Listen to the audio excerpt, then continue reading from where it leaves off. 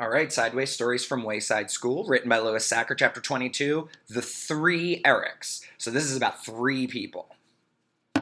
In Mrs. Jewell's class, there were three children named Eric. Eric Fry, Eric Bacon, Eric Ovens. They were known throughout the school for being big. Eric Fry sat at this end of the room. Eric Bacon sat in the middle of the room. Eric Ovens sat at that end of the room. There was a joke around Wayside School that if all three Erics were ever at the same end of the room at the same time, that the school would tip over. Now, Eric Bacon hated jokes like that. That's not surprising. After all, he wasn't a very big kid. In fact, he was the skinniest kid in Mrs. Jewell's class. But nobody seemed to notice. The other two Erics were big dudes, and so everyone just thought that all the Erics were. "But I'm not big!" Eric Bacon insisted. "Well, what's your name?" asked Jason. "Eric," said Eric Bacon. "Then you're a big dude," Jason concluded, and pretty soon, skinny little Eric Bacon, the skinniest kid in the class, had the nickname Big Head. Now, Eric Fry really was a big dude.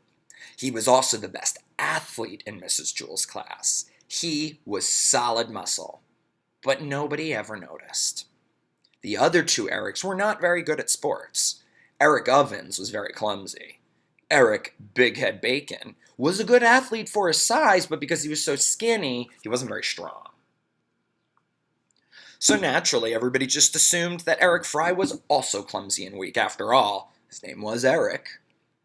Whenever the other kids chose up teams, Eric Fry was the last one picked. They never noticed his home runs or the amazing catches he made.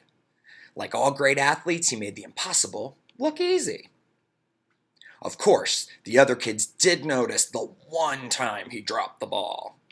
Eric Fry was playing right field. Terrence belted a deep fly to left. Eric Fry raced all the way across the field after the ball and at the last second dived at it. He caught it in midair on his fingertips, but as he hit the ground, the ball fell out of his hand. "What do you expect from Butterfingers?" said Stephen, and since then, Eric Fry had the nickname Butterfingers. Now, Eric Ovens was the nicest person in Mrs. Jewell's class. He treated everyone equally and always had a nice thing to say. But because his name was Eric, everyone thought he was mean. Big Head was mean because everybody called him Big Head. Butterfingers was mean because he always had to play right field. So naturally, everyone just assumed that Eric Ovens was also mean. They called him Crabapple. "Good morning, Allison," said Eric Ovens. "How are you?" "Lay off, Crabapple, will ya?" answered Allison. "If you don't have something nice to say, don't say anything at all."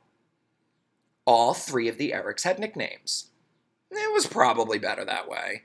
Otherwise, when someone said, "Hey, Eric," no one knew who they were talking about. One time, all the Erics would answer, and then another time, none of them would answer. But when someone said, "Hey, Crabapple," Eric Ovens knew they were talking to him. And if someone said, "Hey, Butterfingers," Eric Fry knew it was him. And when someone said, "Hey, Big Head," Eric Bacon knew they were talking about him. All right, the end of that chapter.